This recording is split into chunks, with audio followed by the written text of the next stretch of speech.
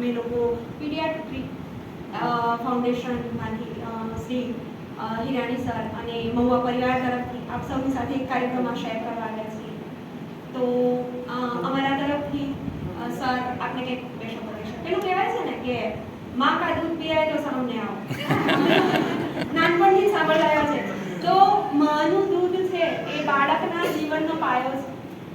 અને આજકાલના જે આધુનિક સમયના રવાડે ચડીને બહેનો જે અમુક જે પોતાના વ્યસ્ત શેડ્યુલ યા તો માનસિક કારણોસર કંઈ ને કંઈ રીઝનથી એ લોકો આ વાતને અવોઇડ કરે છે અને એ વસ્તુથી બાળકને લાઈફ ટાઈમ ભોગવવું પડે છે.